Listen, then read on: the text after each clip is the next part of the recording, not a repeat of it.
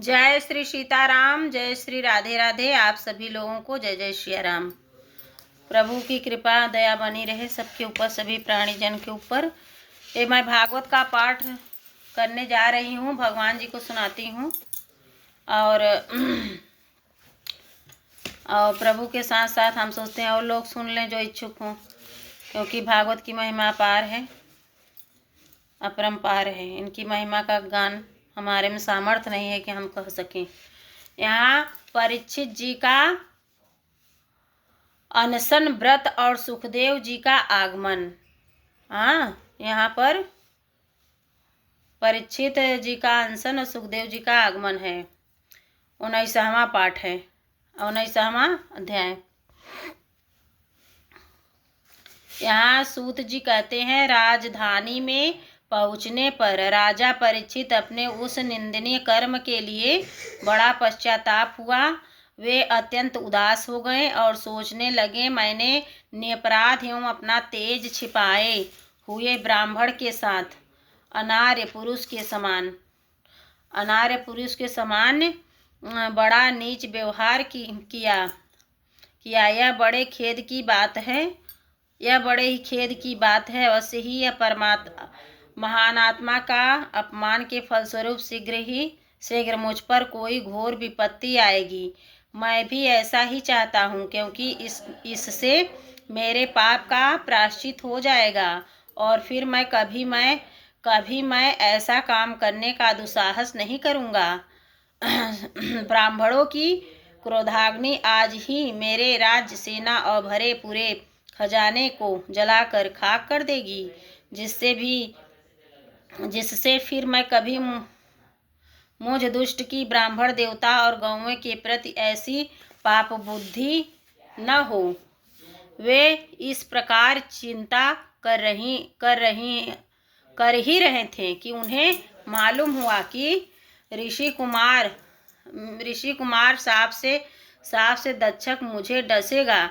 उन्हें वह धधकती हुई आग के समान तक्ष का डसना बहुत भला मालूम हुआ। उन्होंने सोचा कि बहुत दिनों से मैं संसार में आसक्त हो रहा था, अब मुझे शीघ्र वैराग्य होने का कारण प्राप्त हो गया है।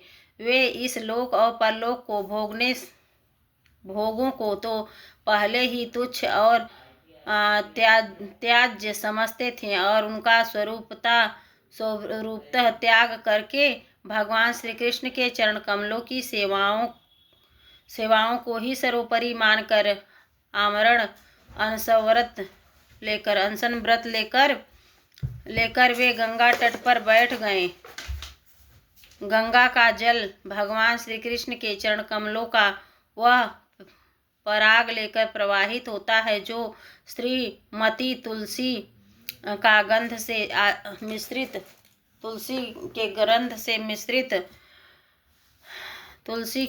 गंध से मिश्रित है। यही कारण है कि वे लोक परलोक के सहित ऊपर नीचे समस्त लोकों को पवित्र करती है। कौन ऐसा मरणासन पुरुष होगा जो उसका सेवन न करेगा। इस प्रकार गंगा जी के तट पर आमरण अनशन का निश्चय करके उन्होंने समस्त आसक्तियों का परित्याग कर दिया और वे मुनि का व्रत स्वीकार करके अनन्य भाव श्री कृष्ण के चरण कमलों का ध्यान करने लगे। उस समय त्रिलोकी को पवित्र करने वाले बड़े बड़े महानुभाव ऋषि मुनि अपने शिष्यों के साथ वहां पधारे थे। संत जन प्रायः तीर्थ यात्रा के बहाने स्वयं इस तीर्थ स्थानों को भी पवित्र करते हैं। उस समय वहां पर अत्रि, वशिष्ठ, च्वन, शरणध्वान, अरिष्टनेमि, भृगु, अंगिरा, पराशर, विश्वामित्र, परशुराम, उतथ्य,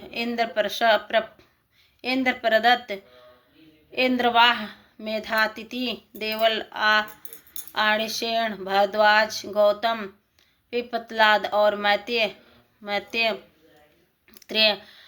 अवर्ण्य, कवस, अगस्त, भगवान व्यास, नारद, इनके अतिरिक्त और भी कई श्रेष्ठ देवर्षि, महर्षि और अरुणादि महर्षि देवें और शुभागमन हुआ। इस प्रकार विभिन्न गोत्रों के मुख्य मुख्य ऋषियों को एकत्र करके राजा ने सबके यथा योग्य सत्कार किया और उनके चरण पर सिर रखकर वंदना की कि सबके लिए इस अवस्था में और विशेष करके थोड़े ही समय में मरने वाले पुरुषों के लिए अंतःकरण और शरीर से करने योग्य विशुद्ध कर्म कौन सा है। इसी समय पृथ्वी पर स्वेच्छा से विचरण करते हुए किसी को कोई अपेक्षा न रखने वाले व्यासनंद भगवान श्री सुखदेव जी महाराज वहाँ प्रकट हो गए और वे वर्ण अथवा आश्रम के ब्रह्म चिन्हों से रहित इन आत्मानुभाव में संतुष्ट थे। बच्चे और स्त्रियों ने इन्हें घेर रखा था। उनका भेष अवधूत का था। 16 वर्ष की अवस्था ही थी।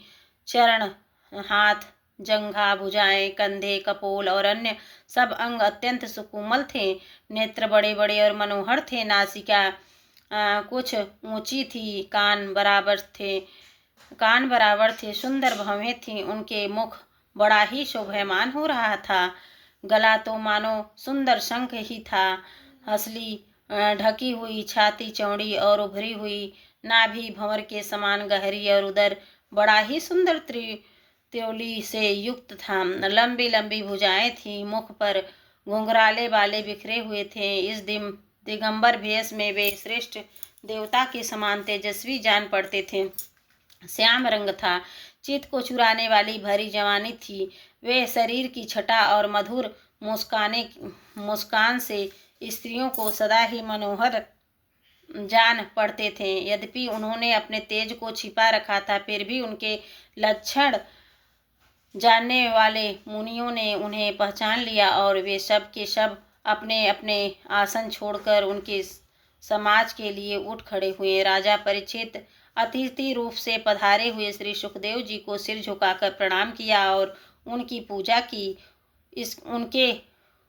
उनके स्वरूप को न जानने वाले बच्चे और स्त्रियां उनकी यह महिमा देखकर वहां से लौट गए।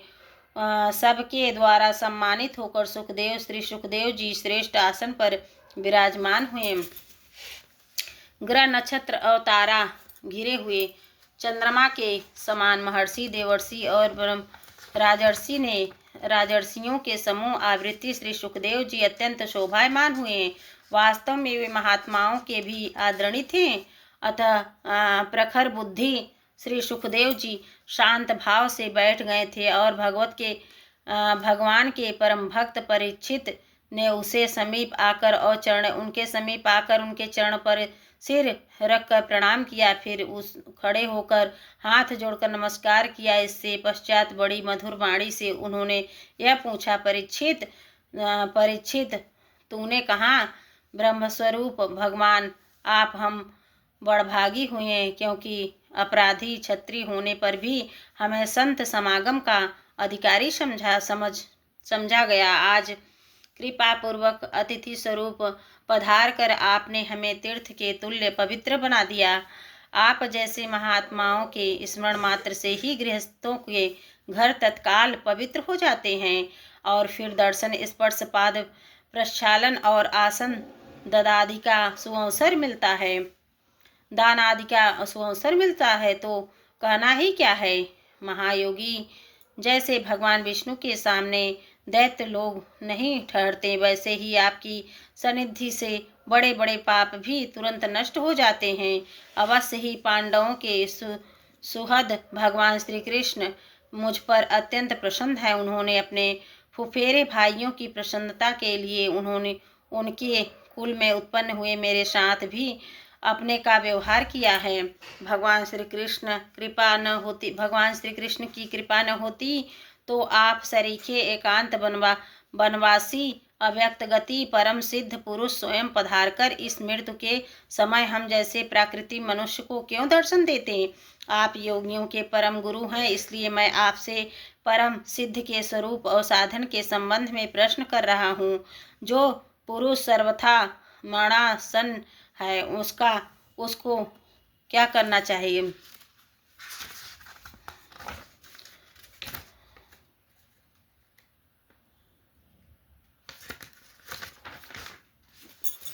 उसको क्या करना चाहिए भगवान? साथ ही में यह भी बतलाइए कि मनुष्य को क्या करना चाहिए, वे किसका श्रवण, किसका जप, किसका स्मरण और किसका भजन करे तथा क्या किसका त्याग करे। भगवत स्वरूप मुनिवर, आपका दर्शन अत्यंत दुर्लभ है, क्योंकि जितनी देर एक गाय दूही जाती है गृहस्थों के घर पर, उतनी ही देर भी तो आप नहीं ठहरते। सूत जी कहते हैं, जब राजा ने बड़ी ही मधुर वाणी से इस प्रकार संभाषण एवं प्रश्न किए, तब समस्त धर्मों के मर्मज्ञ वैश्वनंदन भगवान श्री सुखदेव जी उनका उत्तर देने लगे। जय श्री सीताराम। श्रीमद्भागवत महापुराणे वैशाखिष्ठादशोऽध्यायः पाठमहस्यां संहितायां प्रथमस्कन्धे सुखागमन नामेकोनविंशोऽध्यायः स्कन्धः समाप्तः। हरि ओम। सत्व। जय श्री सीताराम। जय